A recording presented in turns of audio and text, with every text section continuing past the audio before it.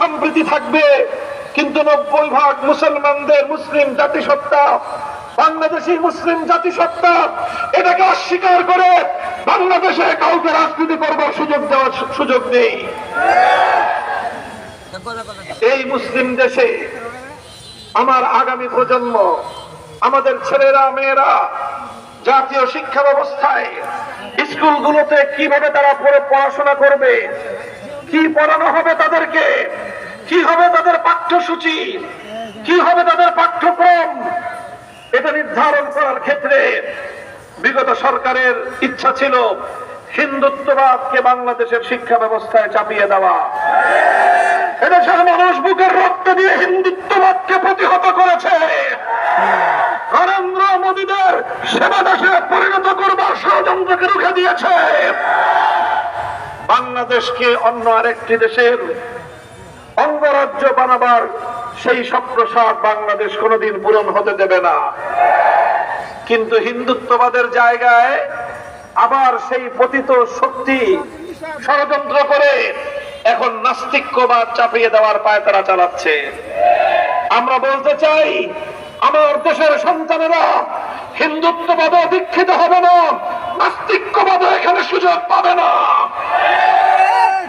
অন্তর্বর্তীকালীন সরকারের কাছে সবিনয় অনুরোধ করব, নাস্তিক্যবাদ সহ পশ্চিমা অসভ্যতা, পশ্চিমা নগ্নতাকে বাংলাদেশে আমদানি করবার যে পায়তারা চালাচ্ছে, সেটাকে যদি আপনারা প্রশ্রয় দেন, তাহলে আপনাদেরকে যে আমরা সহযোগিতা করে যাচ্ছি এই ধারা আমরা অব্যাহত রাখতে পারবো না। শিক্ষা কমিশন থেকে কুখ্যাত কামরুল হাসান মামুন এবং সামিনা লুৎফা সহ যারা সমকামিতাকে প্রমোট করে, এই সকল কুখ্যাত দেশ বিরোধী, সমাজ বিরোধী, সভ্যতা বিরোধী, স্বাধীনতা বিরোধী এই কুচক্রীদেরকে শিক্ষা কমিশন থেকে মাইনাস করে বাদ দিয়ে নতুন করে ইসলামী শিক্ষাবিদদেরকে অন্তর্ভুক্ত করে শিক্ষা কমিশন গঠন করতে হবে। বাংলাদেশে ম্যারিটাল রেপ নামে, বৈবাহিক ধর্ষণ নামে প্রত্যেকটা ঘরে ঘরে স্বামী স্ত্রীর মধ্যে দাম্পত্য কলহের আগুন জ্বালবার চেষ্টা চালাচ্ছেন আপনারা।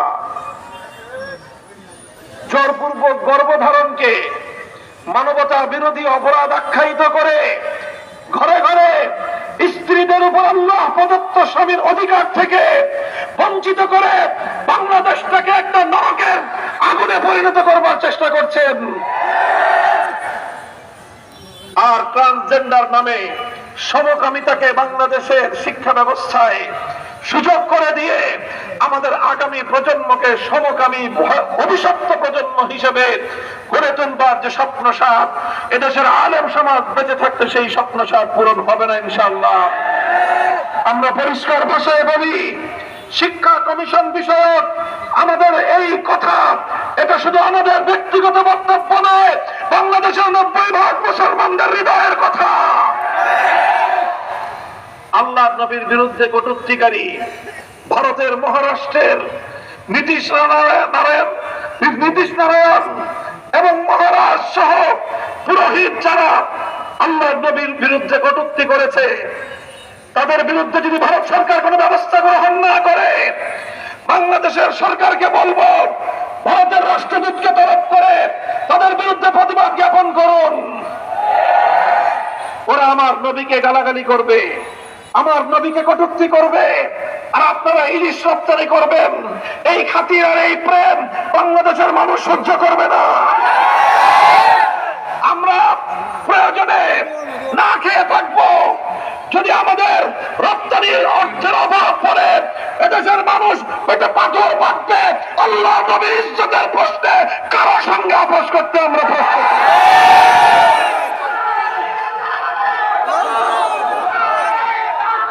ইনশাআল্লাহ এভাবেই আগামী দিনে আলেম সমাজের সাথে ইসলামী নেতৃত্বের পাশে আপনারা থাকবেন তো?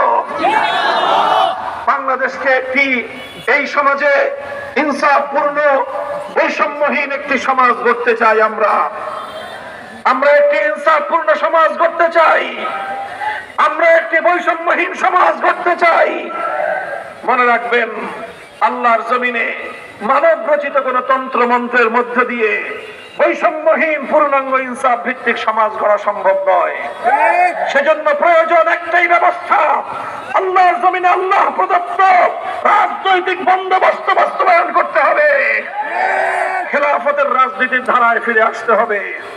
একদা সারা পৃথিবীকে খেলাফতের রাজনৈতিক ব্যবস্থায় শান্তি উপহার দিয়েছিল, নিরাপত্তা উপহার দিয়েছিল। ধর্ম বর্ণ ভিন্ন মত সবার জন্য খেলাফত। খোদার আকাশ খোদার জমিন করব কায়েম খোদার দিন।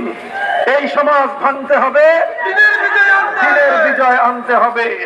ইনশাআল্লাহ আপনাদের সাথে আবারও দেখা হবে, কথা হবে স্লোগানে, দেখা হবে রাজপথে। যতদিন না আমরা আল্লাহর জমিনে আল্লাহর খেলাফত কায়েম করতে পারছি, ততদিন আমাদের সংগ্রাম অব্যাহত গতিতে চলবে ইনশাআল্লাহ। থাকবেন তো পাশে ইনশাআল্লাহ। আল্লাহ পাক আপনাদেরকে তৌফিক দান করুন। পাড়ায় পাড়ায়, মহল্লায় মহল্লায়, গ্রামে গ্রামে, ইউনিয়নে ইউনিয়নে বাংলাদেশ খেলাফত মজলিস, যুব মজলিস, ছাত্র মজলিসের ইউনিট করে তুলে আপনারা ইনশাআল্লাহ সংগ্রামকে মঞ্জিলে মাকসাদের দিকে এগিয়ে নিয়ে যাবেন, সেই প্রত্যাশা ব্যক্ত করছি। ওয়া আখিরু দাওয়ানা আলহামদুলিল্লাহি রাব্বিল আলামিন। বাংলাদেশ জিন্দাবাদ, বাংলাদেশ খেলাফত মজলিস জিন্দাবাদ। নাসরুম মিনাল্লাহি ওয়া ফাতহুন।